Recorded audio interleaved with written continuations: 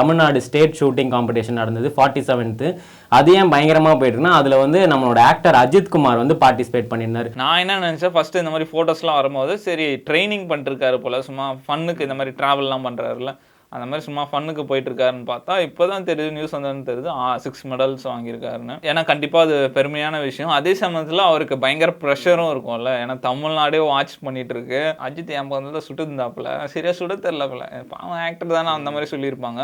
அதனால தமிழ்நாடே வாட்ச் பண்ணிருக்கு, வெளியே வேற மக்கள் க்ரௌட் அவ்வளோ இருக்கு. 6 மெடல் வாங்கிட்டு அஜித் ஃபேன்ஸுக்குலாம் ஒரு நல்ல ட்ரீட்டாக கொடுத்துட்டாப்புல. அதான் அவர் வந்து ஒரு 6 ஈவெண்ட்ல பார்ட்டிசிபேட் பண்ணி தான் இந்த மெடல் அடிச்சிருக்காரு. ஏன்னா ஒரு கோல்டு வாங்கினவரை அந்த மெடல் ஃபோட்டோலாம் இன்னும் வரவே இல்லை. லாஸ்ட் இயர் வந்து மெடல்லாம் போட்டு நின்றுட்டு இருந்தாரு. இப்போ வெறும் ஒரு ஃபார்ம் மாதிரி வந்திருக்கு சைன் பண்ணி. ஸோ அவர் மெடல் எடுத்துகிட்டு வருவார் போல இருக்கு சென்னை.